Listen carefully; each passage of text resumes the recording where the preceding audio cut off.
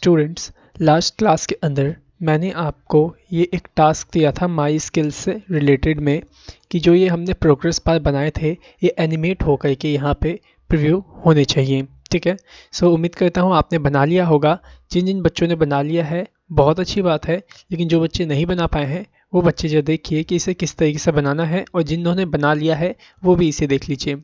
ठीक है, क्योंकि क्या पता इसके अंदर कुछ नई चीज़ मैं आपको सिखा दूं, क्योंकि मुझे भी नहीं पता होता है कि यहाँ पे कि जो मैं आपको सिखाने वाला हूँ उसमें कब कोई सी भी नई चीज़ आ जाए, क्योंकि प्रोजेक्ट के अंदर कोई सी भी नई चीज़ कहीं से भी आ सकती है। ठीक है, अगर हम किसी भी चैप्टर को मतलब किसी भी लैंग्वेज को चैप्टर वाइज पढ़ रहे होते तो उसको सही से नहीं सीखा जा सकता है, लेकिन अगर आप किसी भी लैंग्वेज के बेस पे कोई प्रोजेक्ट बना रहे हो, ठीक है, तो उस अकॉर्डिंग में आपको क्या होगा कि आपको ये आइडिया मिल जाएगा कि एक प्रोजेक्ट बनाते वक्त किस किस चीज़ों की ज़रूरत पड़ती है, और वहाँ पे कौन कौन सी टेक्निक आपको आनी चाहिए, और वहाँ पे कौन कौन सी आपकी ज़्यादातर क्लासेस यूज़ होती हैं या फिर ज़्यादातर मेथड्स यूज़ होते हैं, वो सब आपको आइडिया एक हो जाएगा, क्योंकि आगे चल के देखो आपको प्रोजेक्ट ही बनाने हैं। ओके, सो चलिए अब इसको शुरू करते हैं और माई स्किल्स को सीखते हैं कि इसे किस तरीके से एनिमेट करवाना है।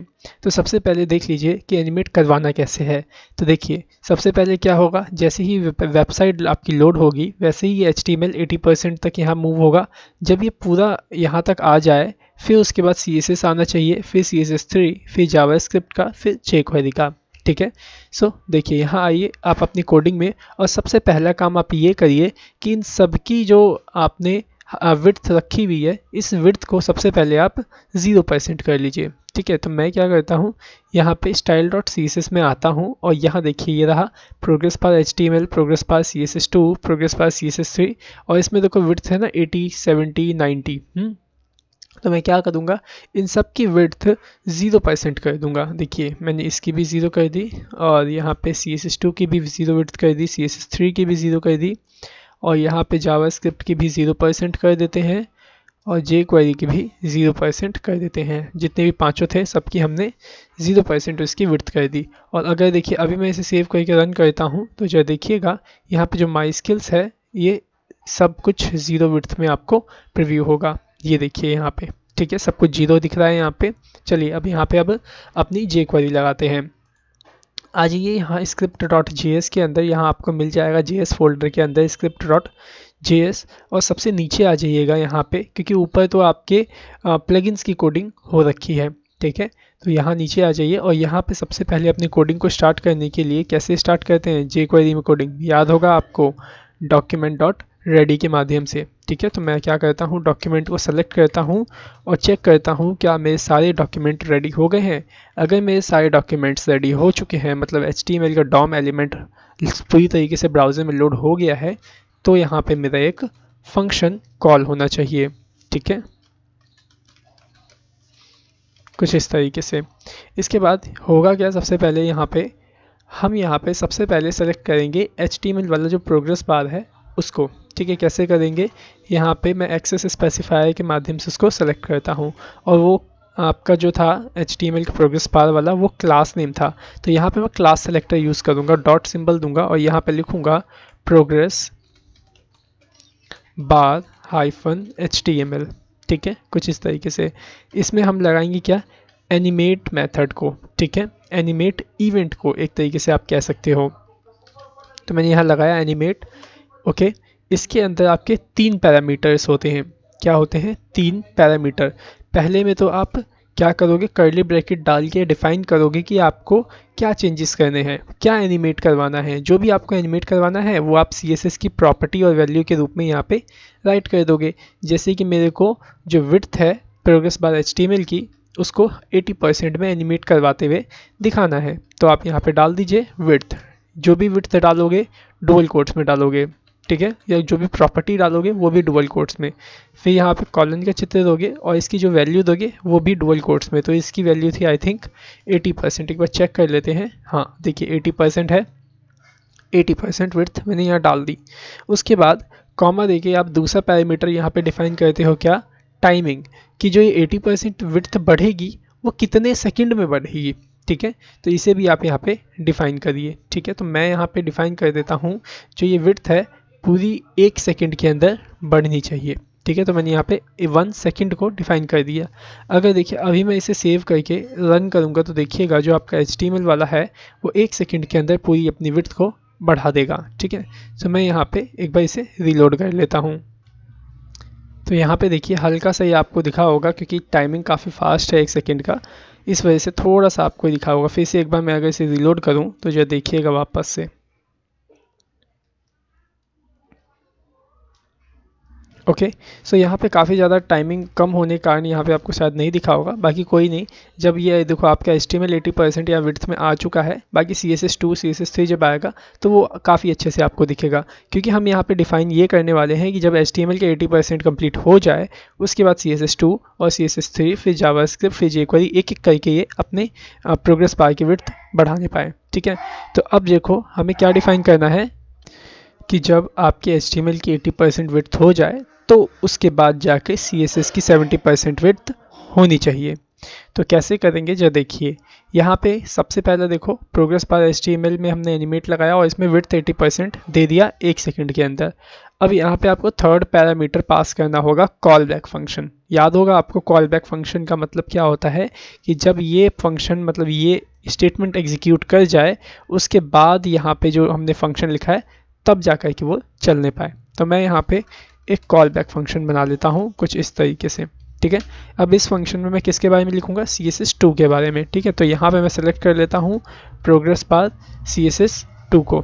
ठीक है, तो मैं इसी से यहीं से कॉपी कर लेता हूँ प्रोग्रेस बार को और यहाँ राइट कर लूँगा CSS2 को। ठीक है, और यहाँ पे मेरे को क्लास सेलेक्टर है तो यहाँ क्लास सेलेक्टर इस तरीके से लगाना होगा। ठीक है, उसके बाद मैं यहाँ राइट करता हूँ एनिमेट इवेंट को और यहाँ पे पास कर लेता हूँ सबसे पहले विड्थ को। ठीक है, और विड्थ जो भी मैं लिखूँगा डुअल कोट्स में। ओके, और उसके बाद इसकी परसेंटेज कितनी थी, आई थिंक 70% थी। ओके, तो मैं यहाँ 70% को इस तरीके से राइट कर देता हूँ। उसके बाद कितने टाइमिंग में हो ये, 1 सेकंड के अंदर। ठीक है, तो यहाँ मैंने 1 सेकंड पास कर दिया। उसके बाद क्या होना चाहिए, इतना तो हो गया। अब जब देखो क्या होगा, सबसे पहले आपका प्रोग्रेस बार HTML आएगा, फिर उसके बाद प्रोग्रेस बार CSS2 वाला आएगा। ठीक है, सेव कर लीजिए इसको और एक बार रन करके टेस्ट करिए, देखिए आता है या नहीं। तो यहाँ पे देखा आपने जैसे ये आया, फिर उसके बाद ये CSS2 वाला आपका यहाँ पे आ गया। ठीक है, चलिए अब क्या करते हैं, CSS3 और जावास्क्रिप्ट और jQuery की भी कोडिंग इसी तरीके से कर लेते हैं। सो यहाँ पे इसका हम यहाँ पे पास करेंगे कॉल बैक फंक्शन, क्योंकि हमें यही दिखाना है कि जब HTML का आ जाए तो CSS2 आए, जब CSS2 का आ जाए तो CSS3 आए। तो अब इसके अंदर हम इसका कॉल बैक फंक्शन पास कर लेंगे कुछ इस तरीके से। ठीक है, और मैं यहाँ डिफाइन कर देता हूँ जो प्रोग्रेस बार CSS3 है उसमें अब एनिमेट मेथड लगेगा, इवेंट लगेगा, और यहाँ पे इसकी जो विड्थ है वो हो जाएगी कितनी, 90%। ओके, कितने सेकंड में, 1 सेकंड के अंदर। ठीक है, उसके बाद फिर से हम इसमें कॉल बैक फंक्शन को पास करेंगे। ठीक है, और डिफाइन करेंगे कि जब इस प्रोग्रेस बार CSS3 की जो विड्थ है जब वो बढ़ जाए तो उसके बाद जावास्क्रिप्ट की विड्थ बढ़े। जो देखिए यहाँ पे विड्थ की स्पेलिंग में मिस्टेक है, इसे सही कर लेता हूँ मैं। आ जाइए यहाँ पे, अब सेलेक्ट करिए किसको, यहाँ पे अब आप सेलेक्ट करेंगे जावास्क्रिप्ट को। ओके, इसमें भी आप लगा दीजिए एनिमेट इवेंट को या मेथड को और इसके अंदर विड्थ पास कर लीजिए।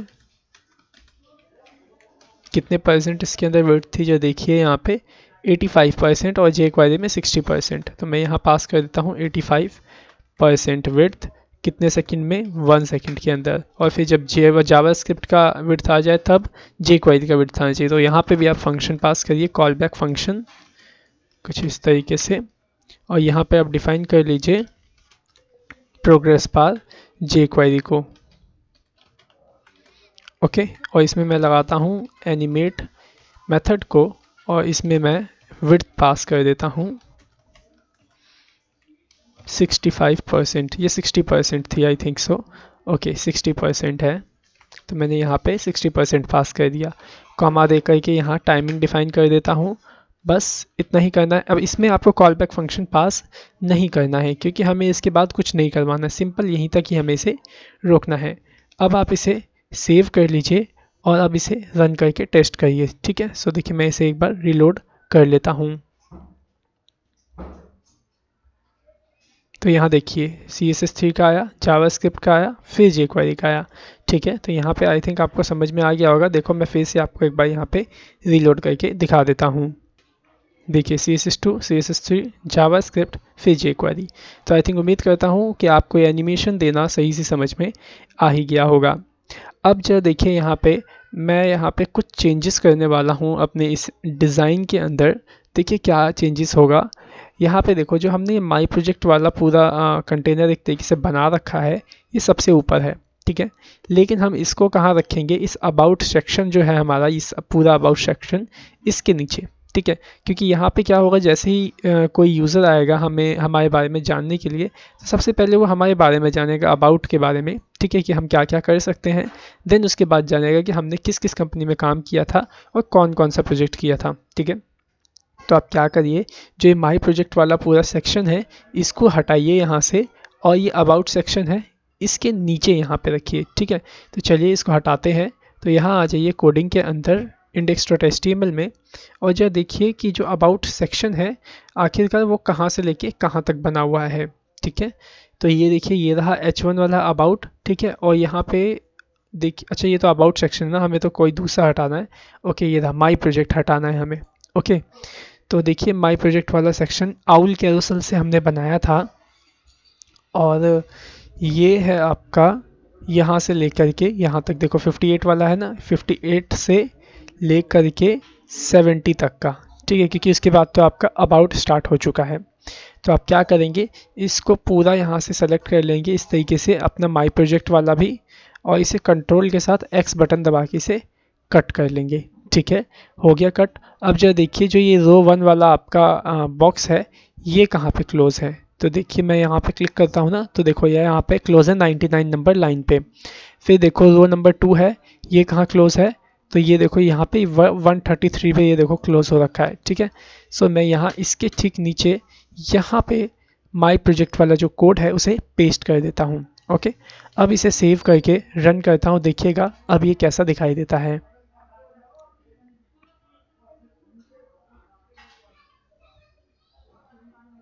ओके सो यहाँ देखिए अब अबाउट यहाँ पे आ गया, फिर उसके बाद माई स्किल्स आ गया, फिर उसके बाद यहाँ पे माई प्रोजेक्ट आ चुका है, ठीक है। तो इतना अब यहाँ पे ये ठीक है।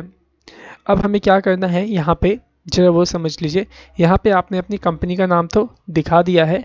अब आपने अभी तक में जितने भी प्रोजेक्ट्स बनाए हैं कंप्लीट, ठीक है, जैसे आपने CSS में कई सारे डिज़ाइंस बनाए थे, कई सारे आपने प्रोजेक्ट बनाए थे, तो क्या करेंगे, उन सभी प्रोजेक्ट का एक स्क्रीनशॉट लेना है आपको, ठीक है, और उसकी इमेजेस को यहाँ पे दिखाना है, ठीक है। और जैसे ही उस इमेजेस पे क्लिक होगा आपका प्रोजेक्ट ओपन हो जाना चाहिए, ठीक है।